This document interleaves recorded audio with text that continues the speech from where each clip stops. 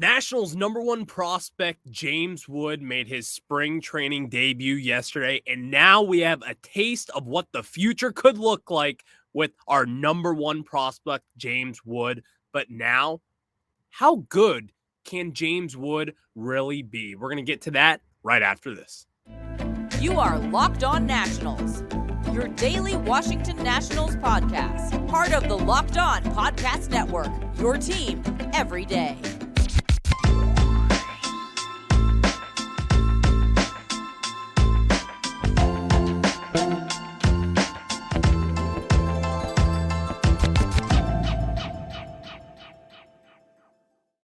And thank you for making Locked On Nationals your first listen every day, as we are free and available wherever you get your podcasts. I'm your host, Ryan Clary, and I have taken my passion for Nationals baseball into podcast form here with the Locked On Podcast Network, where you get your team every single day for any sport that you would like to talk about. But today, we're talking about number one prospect for the Washington Nationals, a top 20 prospect across the board, a future top 10 prospect, with James Wood making his spring training debut yesterday for the Washington Nationals. And how nice was it to actually get a taste of the kid? Here's what we're thinking here. James Wood, if you look at all the different prospect statuses, Baseball America, MLB Pipeline, FanGraphs, they all are super high on James Wood. Like for MLB Pipeline, they have him as the number 17 prospect. Looking at Baseball America, they have him at the number 11 prospect. And this is not going to be someone that you will see in 2023, but in 2024, absolutely you're going to see him at some points, and that is close. But now we got to talk about how good can James Wood really be? Because a lot of people are skeptical if this is just someone taking advantage of talent that's just not as caught up to speed, like the way that James Wood has been. And I'm here to tell you, absolutely not. This guy is legit.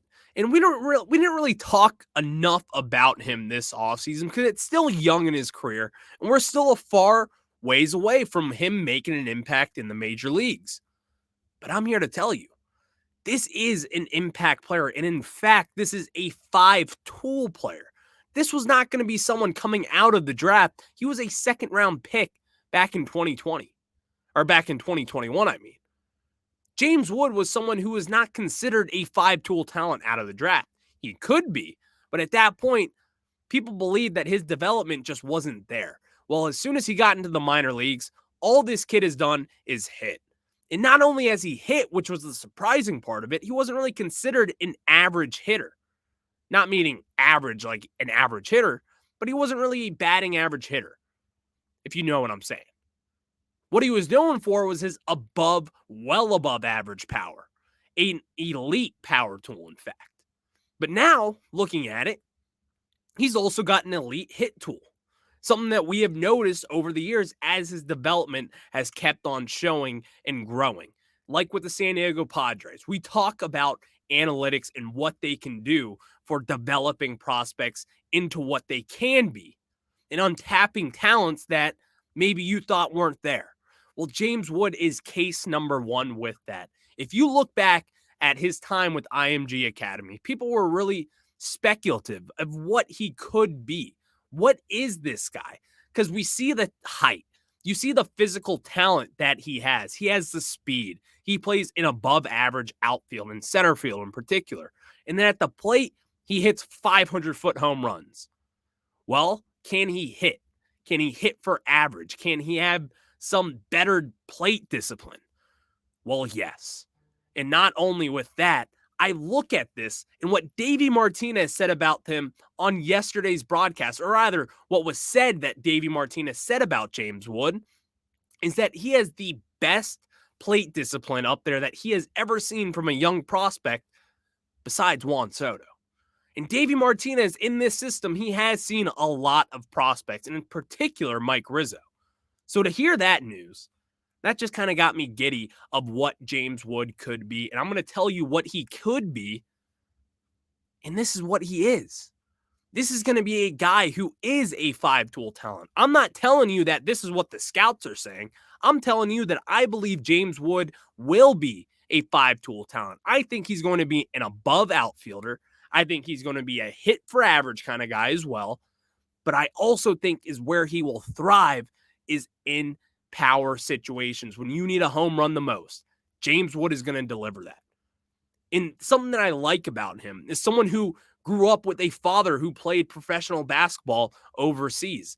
This is someone who comes from an athletic family. And what I like about this the most is you know how to perform under pressure. It's kind of, it's cliche to say it's in his blood. But doesn't it kind of feel that way once we watch him play? And the scary thing about it, this kid's still only 20 years old. And he's just about that halfway mark right now to where he's going to be 22 in about 6 months. So he is still, or 21 rather. This kid is still a kid. He can't even go to a bar and have a drink yet. That's still how young he is, and he is already further developed than what anybody thought he could be by this point. So where is the next talent to untap with James Wood? Where does he take that next step? Well, I don't think there is a next step to where he could really take. Maybe if we talk about it, you could say maybe looking at some more pitches, taking some more walks, cutting down on the strikeouts a little bit. But then again, those were knocks on him coming into the minor league system, and he has earned every right to knock that down. So what is the next step for James Wood? What can he be? Well, dare I say, James Wood could be one of the better prospects in all of baseball. And I throw this around a lot with two particular prospects in the national system. I talk about ceilings. And Elijah Green and James Wood have some of the higher ceilings in Major League Baseball amongst prospects. And I mean that not homerish at all. These two guys have the talent together to actually make an impact in this organization. To see next year if James Wood is what we think he could be, this whole rebuild could be completely different, especially if he hits the ground running the way that Bryce Harper did back in 2012, the way that Ronald Acuna has back in 2018. These guys are impactful players, and James Wood is amongst that crowd already. He is already a noted prospect amongst all 30 MLB teams. They know James Wood. National media, you know James Wood. You know what this guy can be. And that is the exciting part of it. And just the fact that we got a little taste of it yesterday. And yes, it wasn't the best. It was an 0 for 2 performance with the double play. But then again, this is the exciting part of spring training. Because let's be honest, we're not going to be watching Wilmington games this year when he's down there. We're not going to watch Harrisburg that much when he's down there. These are the times that we're actually going to see James Wood on the same field as CJ Abrams. Times that we won't see until they're both in the major leagues joining CJ Abrams. So these are the times that I will not take advantage of, especially when you're on ESPN, especially when you're on a national stage the way that the Nationals were just yesterday, playing against the New York Yankees. You get walked off, whatever. I got to see James Wood play. And that is the exciting part of it. Because when you just look at his frame and what this guy has and what he could grow on moving forward, I see a kid who still has a lot of weight to put on. And that's not his fault. He's 20 years old. He's maturing. He's going to figure out what to do in the weight room, what to eat. And plus, as he continues to get this notoriety across the organization, and not even the organization, across Major League Baseball, it's going to come. And when it comes, it's going to hit. Because that's what James Wood is. That's what the prospect is. So when I look at him, I don't just see a 5-tool player. I look at someone who's going to be a huge impact player. Obviously, with the 5 tools, he's going to be an impactful player. But I think nowadays people throw around the 5-tool player a little too much. But I think James Wood, even coming out of the draft, People knew the impact that he could have. It's not just what he has done or what he's struggled with. If you were to fix some holes in his swing, which the Padres certainly did, just take a look at what he's done. This guy is productive throughout his entire 2-season stretch with the Padres and the Nationals. So now to see him in spring training down in West Palm Beach and to actually see him with major leaguers who will be on the roster this year and some will be starting this year, absolutely, that just gets me a little fired up. And that's why I had to talk about James Wood and why he will be a 5-tool player. And I can't wait for that day to come. I just simply can't. But now we got to talk about, because, we talk a lot about prospects on the show for the Nationals. That's what's exciting.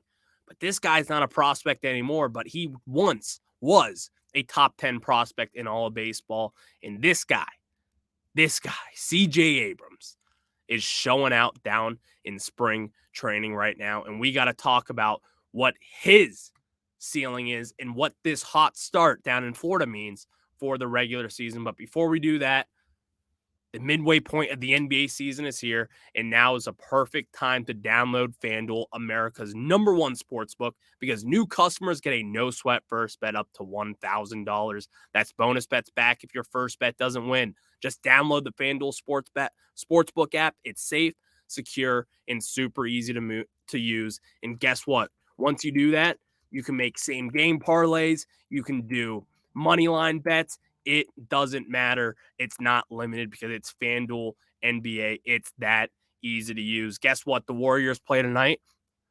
I'm taking the Warriors plus 2.5. They're underdogs. That's free money in my mind, but that's just me.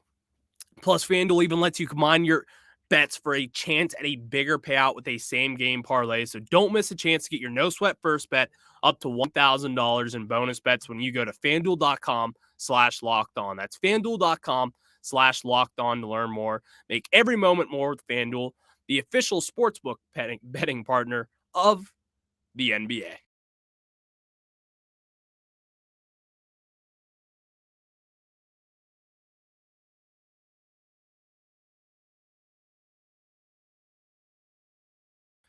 Now we get back into discussing this spring training. As I was alluding to, CJ Abrams is off to a hot start as we speak here, because this is what we need from someone who is a young, up-and-coming player. Yes, he's only 21 years old. Yes, he's got a lot of talent. But last year wasn't the best of times with him. But then again, there were moments where you see the brilliance with CJ Abrams. You see the aha, I get why this guy was a former top prospect. I understand why he was a top 10 pick. This all makes sense. Not only does he have the speed, he's got the confidence. And that's an important factor when it comes to CJ Abrams. But it's not even just the confidence. It's the fact that he's producing now. At the plate, we know what he can do defensively. We understand it. But then again, you see the improvements that he's made from this offseason. He's gained weight. It's good weight. It's not like he's like myself going to a buffet and gaining weight. He's going to the weight room, eating good. You can see that he's big. He's gotten a little bigger this offseason, and that is an important factor when it came to CJ Abrams, because we know he wasn't promised to be this big power hitter. That's not his game. That's not what he is. But if he were to just add a little weight on there, you never really know. And if you were to switch up his launch angle a little bit, because last year, Davey Martinez infamously said that it's good to see CJ Abrams hitting hard ground balls. I don't know where he got that from. That is not good. We want to see the ball in the air. We want to see line drives. That's what we all want to see. Hard ground balls are cool. But what is that really going to do for you? But then again, it's beyond that point. You're starting to see a lot of hard contact from him this spring training. Is it just because it's down in Florida? Pitching is lagging a little bit? Maybe. But then again, people also just want to ignore what CJ Abrams was thought to be coming up to the major leagues last year. We talked about this a lot. Fernando Tatis. He was hurt for the San Diego Padres before opening day. Had surgery. Guess what? CJ Abrams you're the starting shortstop for the San Diego Padres, a team that needs to win the World Series each and every year because that's what they're destined to do. Sir, 20-year-old, former top 10 pick, only played in about 80 games down in the minor leagues. You're up, man. That's not easy. I don't care what anyone says. That is a factor in his development. Was he really ready to join the Padres last year to be a starting shortstop for a team that needs to win this second? No, it was a little premature. It doesn't work out like it does for Juan Soto, you know? So looking at CJ Abrams and what this guy can be, you're starting to see the glimpses of what the potential of what CJ Abrams can be down the road. Because looking at CJ, I see a plus defender. I see someone who can steal 40 bags a year. I see someone who can hit for average. But the real question for me is can he start to hit for a little more power? And I'm not talking about 25 home runs a year. That'd be nice. But that's not the expectations for him. That's not what he was thought to be coming out of high school. What he was thought to be was a plus defender, an above average hitter who's going to get on base and make some noise on the base path. And he's done all three of those, but I need to see a little bit more power from him. And to see him start to hit these hard hit balls down in spring training, it is encouraging to say the least. Because this is, again, someone that we talked about. I've been talking about how I want to see CJ Abrams get an extension from the Nationals. Well, is that going to happen? Probably not. But then again, I look at the improvements of what CJ has already gathered through his limited time with the Nationals, and he has actually improved tremendously. We had Andrew Golden on back in October, and he talked a lot with CJ Abrams during that season, and he discussed about how he is tight with Darnell Coles, the hitting coach, and spent some time with him in the offseason. Got some little hitting adjustments in there, made a few tweaks to his swing, and you're starting to see the improvement already of what he can be. It's not about just what he is this second. It doesn't really matter what CJ Abrams is this second. In fact, it doesn't. It's just a matter of fact, can CJ Abrams add a tick more power to him? Where you're seeing extra base hits. You're seeing him get on base, and when he gets on base, that is where you'll see the most value when it comes to CJ Abrams. We've seen it already this year. Stolen base. He's a menace on the base path, and especially in today's rules with the rule changes, you can't be throwing over every pitch. You can't. It's tough to hold runners on nowadays. So that even adds more value to stolen bases. When you can get them, you better take them. And that's what CJ does. And back to the confidence part of this, as I mentioned earlier, this is where it's a factor in stolen bases. I love the fact that on the ESPN broadcast yesterday, they brought up about what's your goal for stolen bases this year? And he goes, not 100 or something crazy like that. And everyone's like, oh, he's confident, ha, ha, ha. I love that. I love it from this 22-year-old. This is the time to be confident. This is the time to kind of feel yourself out a little bit, you know? We don't have to win this year. But you know what can help us to win? CJ Abrams having a good season. And that's what we need to continue to root for. Because last year, I talked about his stretch from September all the way through October and what he did to really improve himself at the plate in my mind. But then again, not everyone sees it that way. And I understand that. But then again, if the Nationals are going to have any sort of success this year, it's going to be on the back of CJ Abrams and a couple other young pieces like the pitching staff. But when you look at CJ and just what this kid can do and what he has grown to be, even in just a limited amount of time, that is an encouraging sight to see. Because you can also see that he's a little more loose. He's having fun again. And let's be honest, he probably knows this team is not going to be the best. He understands that. He's not an idiot. But then again, he understands his value to this team. He's going to take a leadership role at some point if everything pans out the way that it should be. And that's what his goal should be. He should reach for the stars every single time, every night, any time of the day. And I know a lot of people were talking about how Davey Martinez said that he should be batting in the back half of the order. Well, necessarily, do I really disagree with that? Not too much, because last year his best batting position was him batting eighth, and his numbers weren't amazing there. But still, the numbers dictate that he had his best season batting eighth last year. So, you got to get the kid where he's comfortable, man. You got to have the kid be comfortable.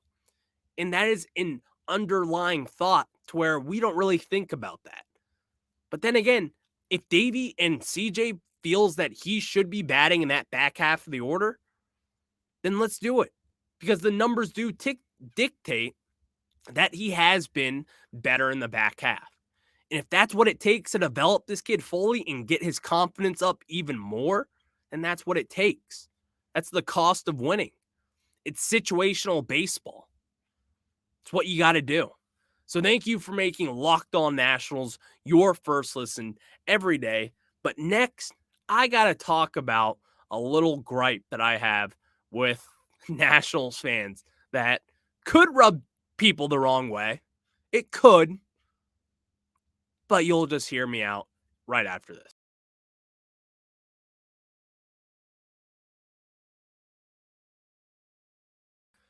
And so I kind of plugged that. And this is a little tongue-in-cheek, so don't take me too serious, Nationals fans.